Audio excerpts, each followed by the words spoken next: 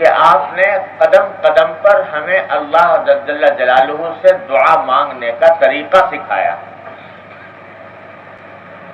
ہم تو وہ لوگ ہیں کہ محتاج تو بے انتہا، لیکن مانگنے کا ڈھنگ بھی نہیں آتا کہ کس طرح مانگا جائے۔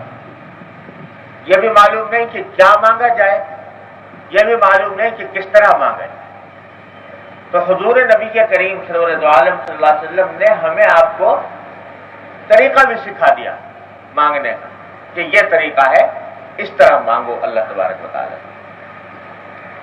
اور صبح سے لے کر شام تک کے بے شمار اعمال ہیں جو انسان انجام دیتا ہے۔ تقریباً ہر عمل کے لیے حضور نبی کریم صلی اللہ علیہ وسلم نے دعائیں تلقین فرمائیں۔ صبح کو بیدار ہو تو یہ پڑھو، جب اٹھنے کے بعد استنجا کے لیے جانے لگو تو یہ پڑھو، غسل خانے سے باہر آؤ یہ پڑھو، وضو کرنا شروع کرو تو وضو یہ پڑھو، وضو کر کے فارغ، وضو کے دوران یہ پڑھتے رہو، وضو سے فارغ ہو تو یہ پڑھو، اور اس کے بعد نماز کے لیے جاؤ، مسجد میں جانے سے پہلے قدم داخل کرتے وقت یہ پڑھو، مسجد میں جا کر عبادت کر ہی رہو، وہاں سے نکلو تو یہ پڑھو، گھر میں داخل ہو تو یہ پڑھو، جب بازار میں پہنچو تو یہ پڑھو۔ ہر جو نقل و حرکت ہے اس کے اوپر حضور نبی کریم صلی اللہ علیہ وسلم نے دعائیں تلقین فرما دی کہ یہ دعائیں پڑھا کرو، اس طرح پڑھا کرو۔ یہ کیوں؟ یہ در حقیقت ایک نسخہ اکسیر بتایا سرکار دو عالم صلی اللہ علیہ وسلم نے، ہمارا آپ کا تعلق اللہ جل جلالہ سے جوڑنے کے لیے، اللہ تبارک و تعالی سے تعلق پیدا کرنے کا آسان ترین اور مختصر ترین راستہ یہ ہے کہ اللہ تعالیٰ سے ہر وقت کچھ نہ کچھ مانگے، انسان دعا کرتا ہے۔ تو یہ تعلق قائم کرنے کا بہترین طریقہ بتایا نبی کریم صلی اللہ علیہ وسلم۔ قرآن کریم نے ہمیں حکم دیا، ہمیں آپ کو، کہ یا ایھا الذین آمنوا اذکروا اللہ ذکرا کثیرا، اے ایمان والو اللہ کو کثرت سے یاد کرو۔ یہ الفاظ ہیں قرآن کریم کے، کثرت سے یاد کرو، اللہ کا ذکر کثرت سے کرو، یہ قرآن نے حکم دیا۔ حضور اقدس نبی کریم صلی اللہ علیہ وسلم سے پوچھا گیا، کسی نے پوچھا کہ یا رسول اللہ سب سے افضل عمل کون سا ہے؟ تو آپ نے فرمایا سب سے افضل عمل یہ ہے ان یکون لسانک رطبا بذکر اللہ، کہ تمہاری زبان اللہ جل جلالہ کے ذکر سے تر رہے، کہ ہر وقت تمہاری زبان پر اللہ کا ذکر کسی نہ کسی طرح جاری رہے۔ تو کثرت سے ذکر کرنے کا حکم قرآن کریم نے بھی دیا، حدیث میں حضور اقدس صلی اللہ علیہ وسلم نے بھی اس کی فضیلت بیان فرمائی۔ کیوں؟ اللہ تعالیٰ جی ہم سے کہہ رہے ہیں، ہم سے آپ سے، کہ کثرت سے میرا ذکر کرو، تو اعوذ باللہ کیا اللہ تعالیٰ کو ہمارے ذکر کرنے سے کوئی فائدہ پہنچتا ہے؟ کوئی اس کا کوئی مزہ آتا ہے کہ میرے بندے میرا ذکر کر رہے ہیں، یا اس کو کوئی لذت حاصل ہوتی ہے، یا اس کو کوئی نفع پہنچتا ہے؟ ظاہر ہے کوئی بھی شخص جو اللہ جل جلالہ کی معرفت رکھتا ہو، جو اللہ پر ایمان رکھتا ہو، وہ اس کا تصور بھی نہیں کر سکتا، کیونکہ ساری کائنات مل کر ہر وقت ہر لمحے اللہ جل جلالہ کا ذکر کرے تو اس کی شان کبریائی میں، اس کی جلال و جمال میں، اس کی عظمت میں کوئی حبہ برابر اضافہ نہیں ہوتا۔ اور ساری کائنات الیاذ باللہ اگر فیصلہ کر لے کہ اللہ جل جلالہ کا ذکر نہیں کرنا، بھلا بیٹھے، ذکر سے غافل ہو جائے، معصیتوں کا ارتکاب کرنے لگے، نافرمانی میں مبتلا ہو جائے، اس کی عظمت و جلال میں حبہ برابر کمی نہیں ہوتی۔ وہ ذات تو بے نیاز ہے، اللہ الصمد، وہ ہمارے آپ کے ذکر سے بھی بے نیاز، ہمارے سجدوں سے بھی بے نیاز، ہماری تسبیح سے بھی بے نیاز، ہمارے ذکر سے بھی بے نیاز، تو اس کو کوئی فائدہ نہیں لیکن ہمیں آپ کو جو کہا جا رہا ہے کہ کثرت سے یاد کرو اللہ جل جلالہ کو، اللہ کا ذکر کثرت سے کرو، اس سے ہمارا ہی فائدہ ہے۔ فائدہ کیا؟ کہ دنیا میں جتنے جرائم، بدعنوانیاں، بد اخلاقیاں، برائیاں ہوتی ہیں، وہ ساری برائیوں کی بنیادی جڑ اگر دیکھو گے تو وہ ہے اللہ سے غفلت۔ اللہ جل جلالہ کی یاد سے انسان غافل ہو جاتا ہے، اللہ کو بھولا بیٹھتا ہے، تب ارتکاب کرتا ہے گناہ کا۔ اللہ کی یاد دل میں ہو، اللہ کا ذکر دل میں ہو، اور اللہ کی طرف، اللہ کے سامنے جواب دہی کا احساس ہو کہ ایک دن اللہ کے سامنے پیش ہونا ہے، تو گناہ سرزد نہیں ہوتا۔ چور چوری کر رہا ہے تو جس وقت چوری کر رہا ہے اس وقت اللہ کی یاد سے غافل، اللہ تبارک و تعالیٰ کی یاد سے غافل ہے، اللہ کے سامنے پیش ہونے سے غافل ہے۔ اگر غافل نہ ہوتا چوری کا ارتکاب نہ کرتا۔ بدکار بدکاری کر رہا ہے تو اس وقت، جس وقت وہ بدکاری کر رہا ہے، اللہ کی یاد سے غافل ہے۔ اگر اللہ کی یاد سے غافل نہ ہوتا تو یہ بدکاری کا ارتکاب نہ کرتا۔ اسی کو فرمایا حضور اقدس صلی اللہ علیہ وسلم نے کہ لا یزنی الزانی حین یزنی وہو مومن، جب زنا کرنے والا زنا کرتا ہے تو اس وقت مومن نہیں ہوتا۔ کیا مانا؟ مومن نہیں ہونے کے معنی یہ ہے کہ ایمان اس وقت میں مستحضر نہیں ہوتا، اللہ کی یاد مستحضر نہیں ہوتی، اللہ تبارک و تعالیٰ کا ذکر مستحضر نہیں ہوتا۔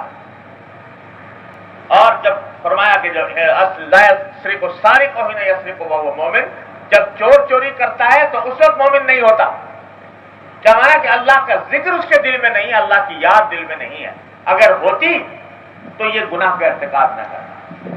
تو ساری بدعنوانیاں، سارے مظالم، ساری بد اخلاقیاں جو دنیا کے اندر پائی جاتی ہیں، ان کا بنیادی سبب وہ اللہ جل جلالہ کے ذکر سے غافل ہوتا ہے۔ حضرت فاروق اعظم رضی اللہ تعالیٰ عنہ ایک مرتبہ سفر پہ جا رہے تھے، تو جاتے جاتے سفر کے اندر، جنگلوں کا سفر تھا، تو وہاں اس زمانے میں کوئی ہوٹل ریسٹورنٹ تو ہوتے نہیں تھے، بھوک لگی، کھانا دادرا ختم ہو گیا تھا، بھوک لگی، کھانے کی خواہش تھی، تو آس پاس کوئی بستی نہیں تھی، دیکھا کہ بکریوں کا ایک گلہ چل رہا ہے، تو بکریوں کے اس چرواہے کو تلاش کیا، وہ مل گیا، تو چرواہے سے کہا کہ بھئی ہمیں مسافر ہوں، بھوک لگی ہوئی ہے، اور کچھ تھوڑا سا مجھے بکری کا اپنے دودھ نکال کے دے دو تاکہ میں اپنی بھوک کا مداوع کر لوں۔ اس وقت امیر المومنین ہو چکے تھے، یعنی حکمران تھے آدھی سے زیادہ دنیا، تو اس سے کہا بھوک لگی ہوئی ہے، تھوڑا سا نکال کے دے دو، پیسے اس کے جو کچھ لینے وہ لے لو۔ چرواہے نے کہا کہ جناب میں آپ کو دودھ دے تو دوں، مگر مسئلہ یہ ہے کہ بکریاں میری نہیں ہیں، یہ میرے کسی مالک کی ہیں، اس نے مجھے چرانے کے لیے دی ہیں، یہ میرے پاس امانت ہے، بکریاں بھی امانت، ان بکریوں کا دودھ بھی امانت، اس واسطے میں اس کی اجازت کے بغیر دینے کا مجاز نہیں، ان کی اجازت کے بغیر دے نہیں سکتا، اس لیے مجبوری ہے۔ حضرت فاروق اعظم رضی اللہ تعالیٰ عنہ کے دل میں آیا کہ ذرا اس کا تھوڑا سا امتحان لیا جائے، تو اس سے کہا کہ میاں تمہیں ایک ایسی ترکیب بتاتا ہوں کہ اس پہ عمل کر لو تو تمہارا بھی فائدہ میرا بھی فائدہ۔ کہنے لگا کیا؟ کہ ایسا کرو کہ یہ ایک بکری مجھے دے دو، اور بکری کی جو قیمت ہے مجھ سے لے لو، میرا فائدہ تو یہ ہے کہ میں بکری اپنے ساتھ رکھوں گا، سفر میں جہاں کہیں ضرورت پڑے گی اس کا دودھ پی لوں گا، اور تمہارا فائدہ یہ کہ بکری کے پیسے مل جائیں گے۔ رہا مالک، تو جب مالک پوچھے کہ بکری کہاں گئی تو کہتے نا کہ بھیڑیا کھا گیا بکری کو، تو بکریوں کو روز بھیڑیے کھاتے رہتے ہیں، واقعات اس طرح کے پیش آتے رہتے ہیں، تو اس کو یقین آ جائے گا اور تمہارا بھی بھلا ہو جائے گا، میرا بھی بھلا ہو جائے گا، یہ کر لو۔ چرواہے نے جو ہی سنا کہ یہ مشورہ دیا جا رہا ہے کہ بکری بیچ دے اور پیسے لے لے اور مالک سے جھوٹ کہہ دے کہ بھیڑیا کھا گیا، سنتے ہی فوراً جو کلمہ زبان پر آیا اس چرواہے کہ وہ یہ ہے کہ فَأَيْنَ اللَّهُ، پھر اللہ کہاں گیا؟ یہ سب کر تو لو مگر اللہ کہاں گیا؟ اللہ تبارک و تعالیٰ تو دیکھ رہا ہے، مالک اگرچہ نہیں دیکھ رہا لیکن اللہ تبارک و تعالیٰ تو دیکھ رہا ہے کہ جو کچھ ہو رہا ہے یہ حقیقت میں جھوٹ ہے، فریب ہے، دھوکہ ہے۔ اس کے سامنے جا کر کیا جواب دو؟ یہ ہے ذکر اللہ، اللہ کی یاد، اللہ کا ذکر دل میں اس طرح جم گیا، بیٹھ گیا کہ کسی وقت میں بھی، جنگل کی تنہائی میں بھی، رات کی تاریکی میں بھی اللہ جل جلالہ کا ذکر دل سے نکلتا نہیں، اس کی یاد نہیں نکلتی۔ یہ ہے ذکر اللہ۔ تو فاروق اعظم رضی اللہ عنہ نے فرمایا جو سن کر کہ تم نے جو بات آج کہی ہے تو یہ میں تمہارے امتحان کے لیے کہہ رہا تھا، اور جب تک کہ تم جیسے انسان اس روئے زمین کے اوپر موجود ہیں اس وقت تک اس روئے زمین پر ظلم نہیں آ سکتا، جب تک دلوں میں اللہ تبارک و تعالیٰ کے سامنے جواب دہی کا احساس موجود ہے۔ یہ احساس وہ ہے اللہ تبارک و تعالیٰ کے ذکر کا احساس، اللہ تعالیٰ کی یاد کا احساس، اس کے سامنے جواب دہی کا احساس، جو تنہائی میں بھی انسان کے دل پر پیرے بٹھاتا ہے۔ اور اگر یہ نہ ہو تو دیکھ لو پولیس پر پولیس بڑھ رہی، پولیس نہیں فوج لگی ہوئی، اور گلی کوچے کے اوپر پہرے لگے ہوئے ہیں، اور دیکھ لو ڈکیتیوں کا کیا عالم ہے، اور دیکھ لو کہ لوگوں کی جان و مال اور آبرو پر کس طرح حملے ہو رہے ہیں۔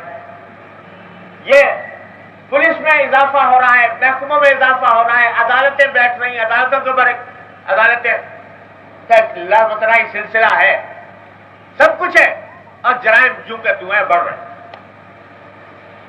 کیوں؟ اس واسطے کہ جڑ جرائم کی وہ در حقیقت ختم نہیں ہو سکتی جب تک کہ اللہ جل جلالہ کی کہ اس کا ذکر دل میں نہ آئے، اللہ تبارک و تعالیٰ کی یاد دل میں نہ آئے، اللہ تبارک و تعالیٰ کے سامنے حاضری کا احساس دل میں پیدا نہ ہو، جب تک کہ یہ شمع فروزہ نہیں ہوتی دل میں، اس وقت تک 1000 پہرے بٹھا لو، 1000 فوجیں لگا لو، لیکن جرم نہیں بند ہو سکتا۔ ذرا آنکھ کسی کی بہکے گی اور جرم ہو جائے، اور آنکھ بہکنا بھی میں یعنی رعایتاً کہہ رہا ہوں، ورنہ آنکھ کے نیچے ہو جائے گا، وہی آنکھ کرائے گی جو حفاظت کرنے کے لیے مقرر ہے، وہی کرائے گی، وہی کرا رہی ہے۔ تو جس کو لوگوں کے جان مال آبرو کی حفاظت کے لیے جو بٹھایا گیا تھا وہی جان و مال پر ڈاکے ڈال رہے۔ تو یہ سب کیا ہو رہا ہے کہ لا یزنی الزانی حین یزنی وہو مومن، لا یسرق السارق حین یسرق وہو مومن۔ جب تک دل میں یہ احساس پیدا نہ ہو، جب تک کہ ذکر دل میں نہ آئے، اس وقت تک جرائم کا خاتمہ نہیں ہو۔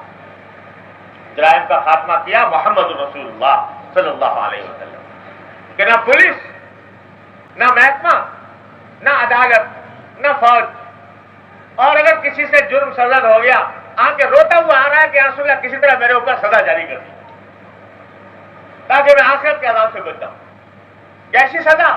جو پتھر مار مار کے مجھے ہلاک کر دیجیے، رجم کر دیجیے مجھے، اس کے لیے آ رہے۔ یہ کیا کہ